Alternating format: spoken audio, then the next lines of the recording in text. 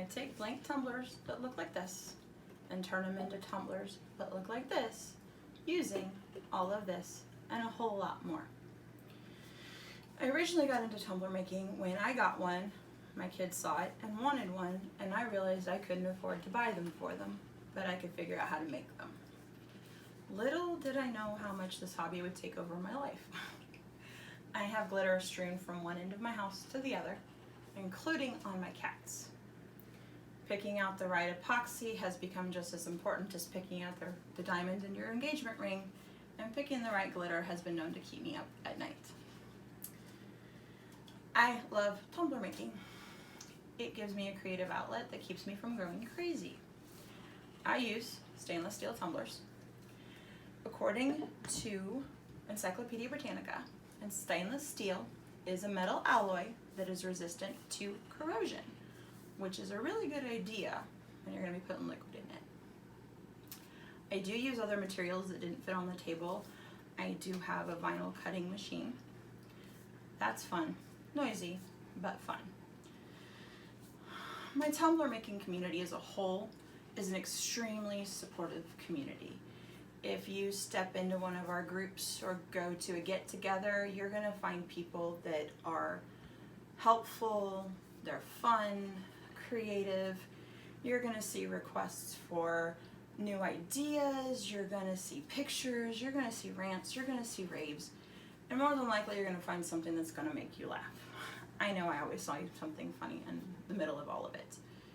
Now, I am pretty sure stripping is something different for me than it is for you. For me, stripping means I screwed up. I've got to take whatever I did off my cup and get rid of it so I can start over again. Well, it's not a complicated process. It's made me say more than a few dirty words. The other thing you're going to hear a lot about in my groups is glitter. Now, I'm not talking about the stuff you see at Hobby Lobby. I'm talking about the high-end stuff that costs way more money than you're willing to admit to, especially in front of your spouse. According to the New York Times article, What is Glitter? Glitter is the process of taking mylar sheets like you see in kids' balloons, treating them and processing them in different ways, cutting them up, and voila, you have glitter. One of the most often mistakes I've seen within the tumbler making community is new people coming in.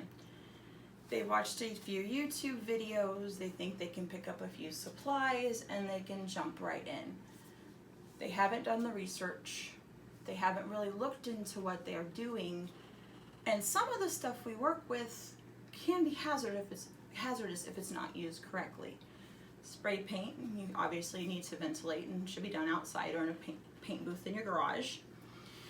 The big one though is epoxy, which is a two-part component. When mixed together, creates a chemical reaction that when cured, creates a nice hard coating that I have on my cups. That's according to ScienceDirect.com.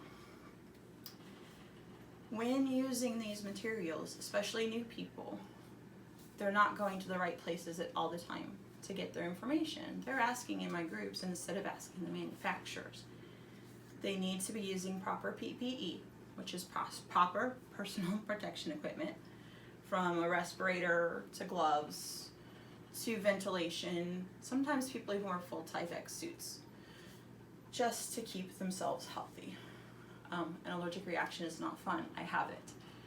It can be from itching and uncomfortableness to sending you to the hospital. It's not something to be messed with. For me, tumbler making has become not just a creative outlet, but it has become a mental health outlet. I had to let go of several of my hobbies due to health issues. I am a big proponent in self-care. According to PsychCentral.org, self-care is any deliberate activity that can help you to stay better focused mentally, emotionally, or physically. That is what tumbler making has become for me. I also love seeing what I can create. I love the challenge of something new. I love the ability to put what's in my mind into something physical. And I love the fact that this is something that I can give away. Tumbler making has given me back something that I thought I had lost. When I was unable to do my other hobbies, I went to a really dark place. And I'm grateful for tumbler making because it's given me that back. And it's pulled me out of that dark place.